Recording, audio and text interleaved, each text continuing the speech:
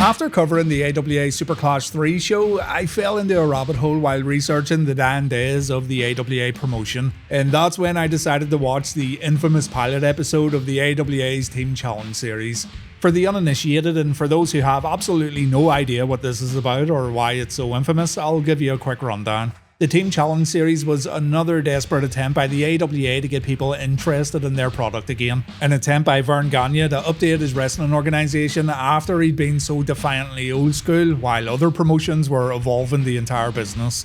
The AWA was a shell of its former self in late 1989 and in early 1990. Big stars who graced an AWA ring were now making a living working for the WWF or the NWA. So there was of course no Hulk Hogan, no Kurt Hennig, no Stan Henson, no Ricky Steamboat. Bockwinkel was more or less retired. The list goes on and on. They even lost Mean Gene Okerlund, for crying out loud. The company were doing everything they could to survive, such as the aforementioned Superclash 3 show a year prior, but it was kinda sad how far behind the times the AWA truly were during this era.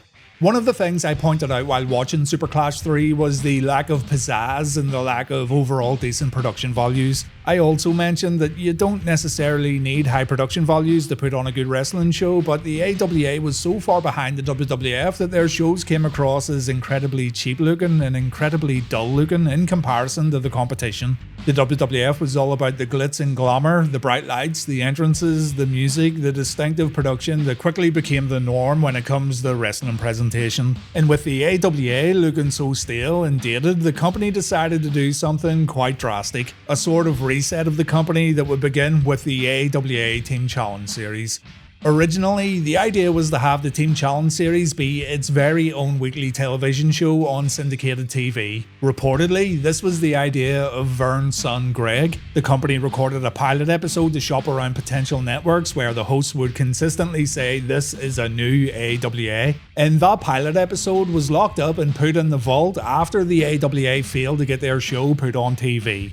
It's quite interesting too, because not only would the AWA finally update their presentation for this new weekly show, but they would eventually throw away tradition by giving fans a ton of gimmick matches. It's not that the AWA didn't hold gimmick matches in the past, but Verne Gagne wasn't really a promoter who liked change all that much, and the matches that would get presented in the AWA, even this late in the game, were somewhat more traditional, you could say. Verne held on to the AWA's glory years, thinking that this was always the right way to do business, but he had to do something drastic in order to keep his company afloat. And the Team Challenge Series TV show was his son's answer to all of the AWA's problems. All wrestlers on the AWA roster were divided into 3 teams. Larry Zbyszko headed Larry's Legends, Baron's Blitzers were headed by Baron Von Raschke, and Sarge's Snipers were originally headed by Sergeant Slaughter, though Sarge ended up leaving the AWA in the middle of this mess, and he got replaced by Colonel De Beers and the De Beers Diamond Cutters.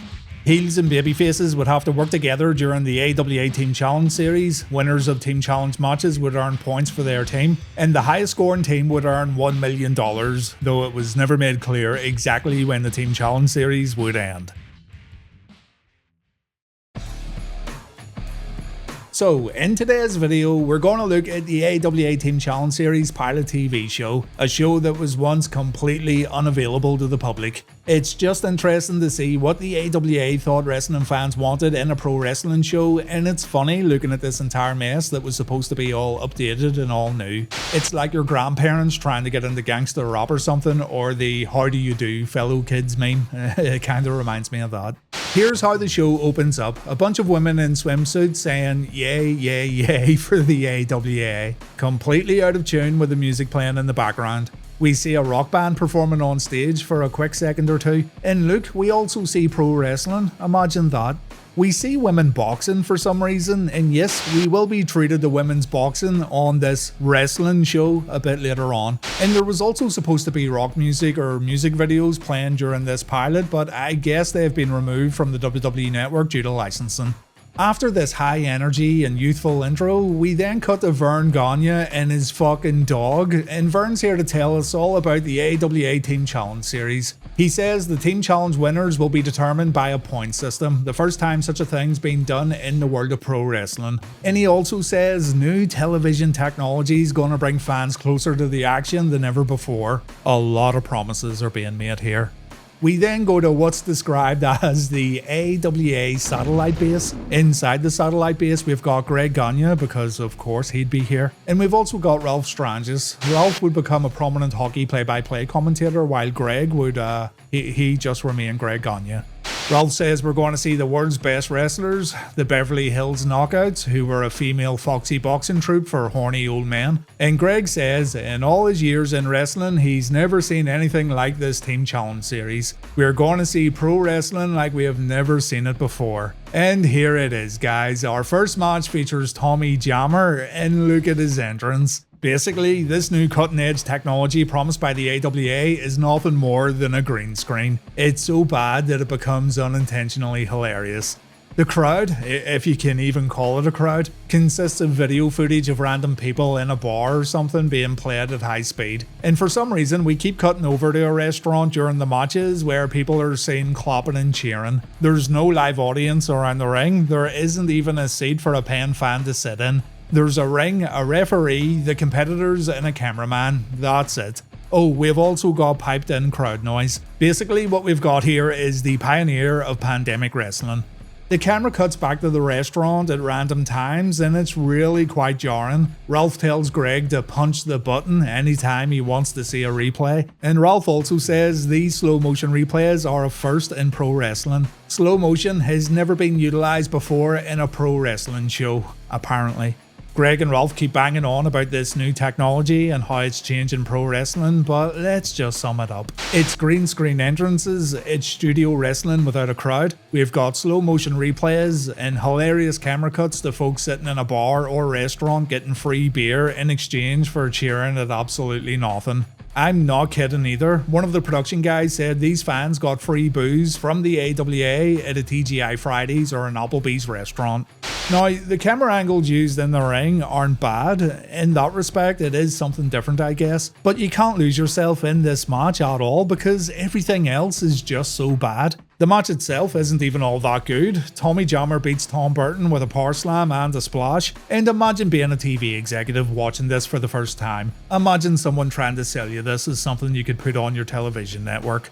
It should be noted too that Ralph and Verne make a conscious effort here to present this as something totally fresh and totally different. They mention that this is a new AWA countless times, but I'm not sure if I like this new AWA.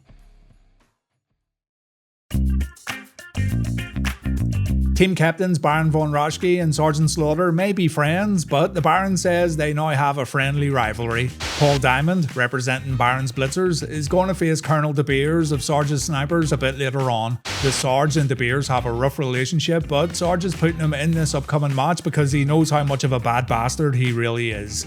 Back at the satellite base, Ralph and Greg tell us we're about to hear from the Destruction crew, Mike Enos and Wayne Bloom, and they're causing destruction by gently tapping the green screen in order to make some buildings fall down. What the fuck is going on?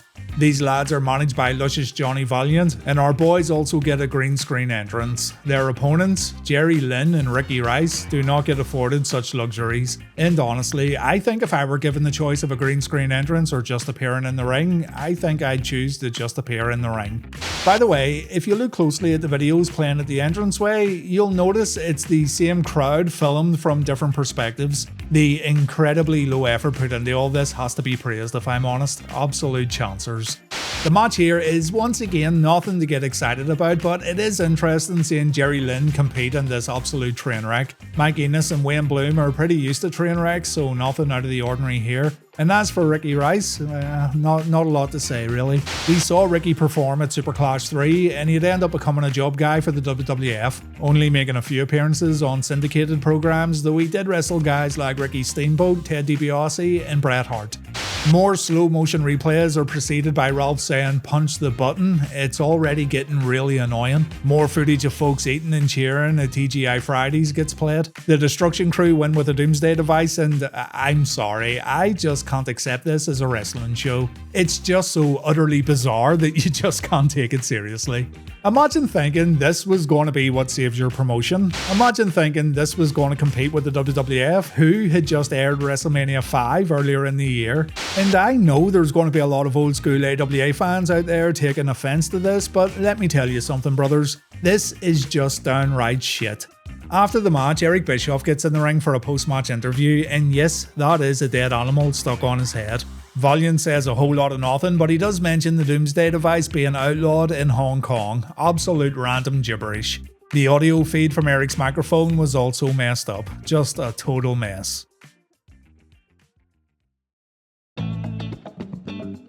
Back at the AWA Super High-Tech Satellite Base, young Ralph says the Beverly Hills Knockouts are coming up next. But before then, Sergeant Slaughter lets us know, once again, that Colonel De Beers is going to face Paul Diamond later on. It's going to be an over-the-top rope King of the Hill match, and even though the Sarge thinks De Beers is a miserable, low-down, dirty maggot, he knows De Beers will beat Diamond and secure some points for Sarge's snipers. We also hear from De Beers, who's supposed to stand in front of the old South Africa flag, but the colours got messed up and instead he stands in front of a cropped, non-binary flag. He's very progressive. De Beers talks about never losing a war. He says he's going to win his match, not for Slaughter, not for America, but for the pride of South Africa and for delicious beers. Ralph and Greg point out the painfully obvious when they talk about team members not liking each other in this team challenge. But then Ralph gets all excited when he says it's time for the Beverly Hills Knockouts. He says nothing like this has been seen before in a wrestling show. We gotta see it with our own eyes because we won't believe it. And here it is. Slaughterhouse Shawn versus the Blonde Bomber, a worked boxing match from the Beverly Hills Knockouts, and honestly, I didn't have a clue who these women were, and I didn't learn the term foxy boxing until researching for this video. I know, I'm an innocent little flower.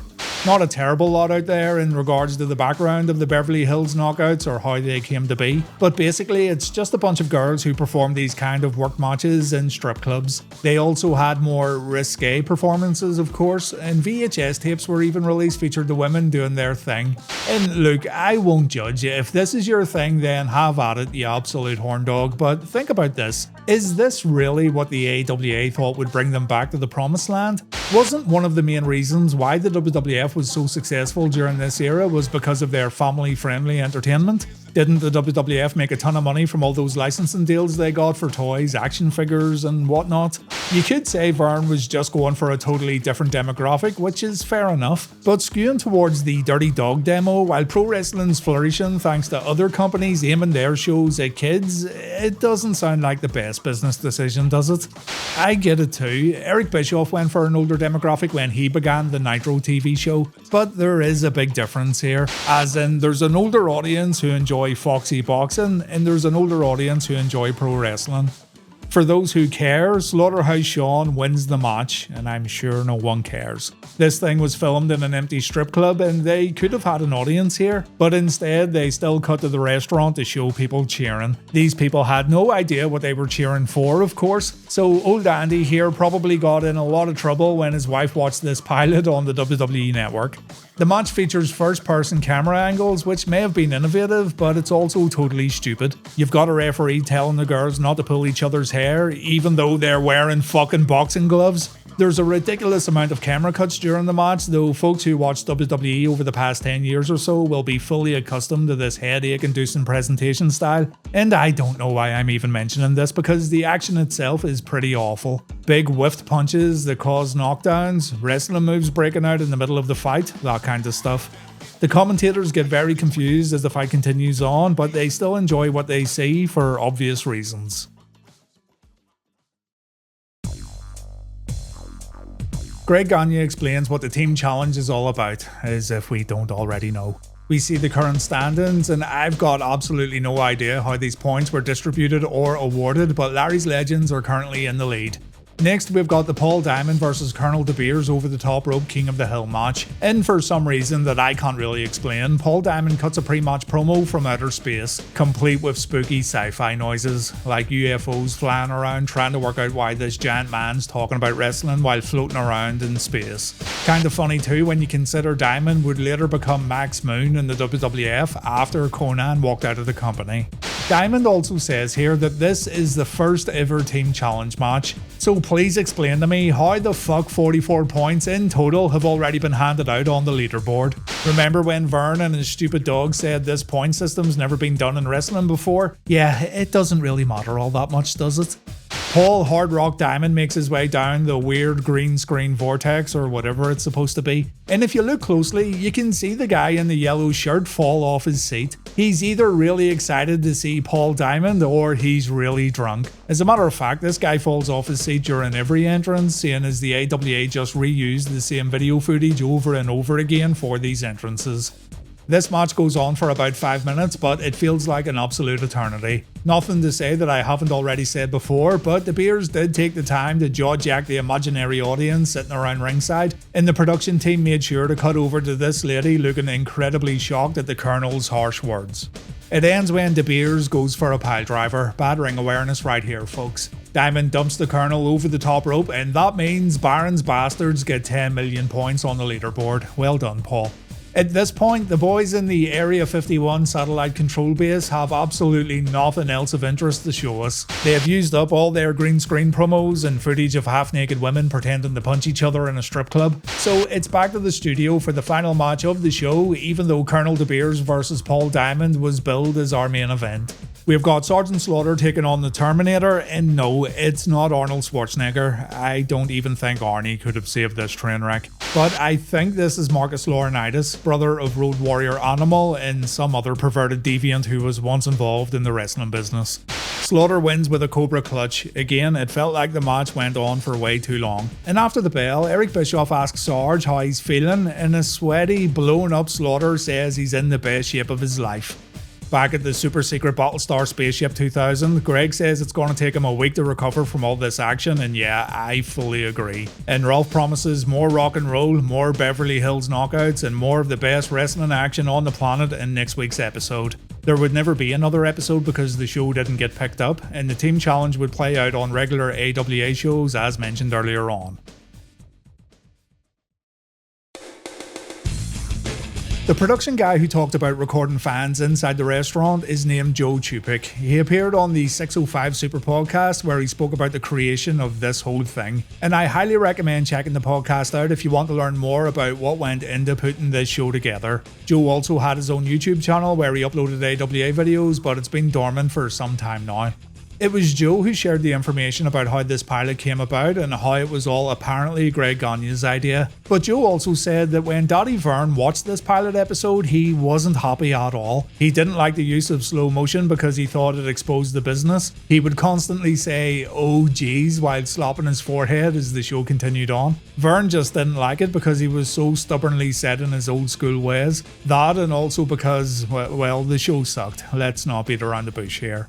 Eric Bischoff said in his 83 Weeks podcast that a producer named Mike Shields was working with an ESPN syndicator named Bob Sires, and it was Bob who wanted to utilise chroma keying in order to camouflage the fact that the AWA couldn't put people inside arenas anymore. The original idea was to use the green screen to put fans around the ring, and you can just imagine how bad that would have looked. It's a really terrible idea. Chroma keying an entire wrestling audience nowadays would be extremely hard work, and these mad bastards were considering it back in the late 80s. The producers realised that this wasn't feasible, thankfully, but the green screen was still utilised for entrances, and you saw the results. It was just comically bad. Give the AWA their dues though. They did say this would be a wrestling show like no other, and they did say they were going to present pro wrestling in a way that had never been done before. This is something they did indeed accomplish with this Team Challenge Series pilot. It may have been bad, it definitely didn't work, but it was still different. So different that it actually became ridiculous. The AWA tried something different because they had no choice but to try something different, so you gotta give them at least a little credit for the effort that was put forth. In the end though, it was another failure for the company, and maybe the Team Challenge pilot should have stayed under lock and key. It really was that bad.